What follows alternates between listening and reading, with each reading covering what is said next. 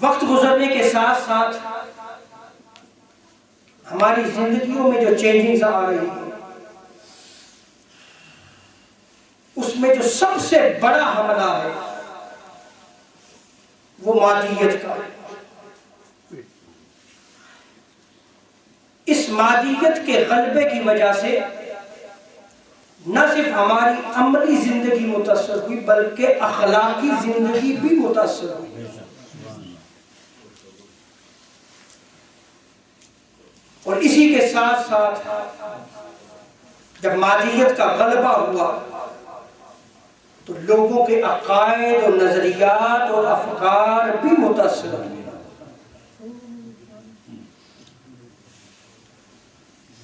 جب عقائد اور نظریات متاثر ہوئے، میں توجہ چاہتا ہوں کہ جو باطل فرق تھے،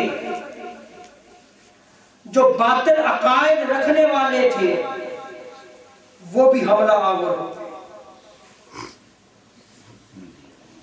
کیونکہ ہمارے عقائد پہلے ہی متاثر ہو چکے تھے، عقیدہ ہمارا پہلے ہی کمزور ہو چکا تھا۔ تو جو باطل عقائد رکھنے والے تھے انہوں نے جب حملہ کیا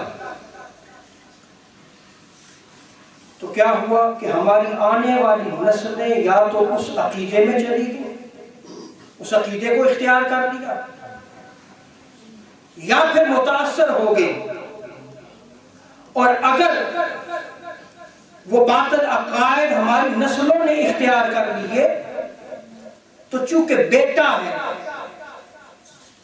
چونکہ قدر ہے، چونکہ رشتہ ہے، تعلق ہے، تو تب بھی باطل عقائد رکھنے والوں کے ساتھ جو ہے وہ ایک نرمی کا سلوک ہم نے اختیار کیا۔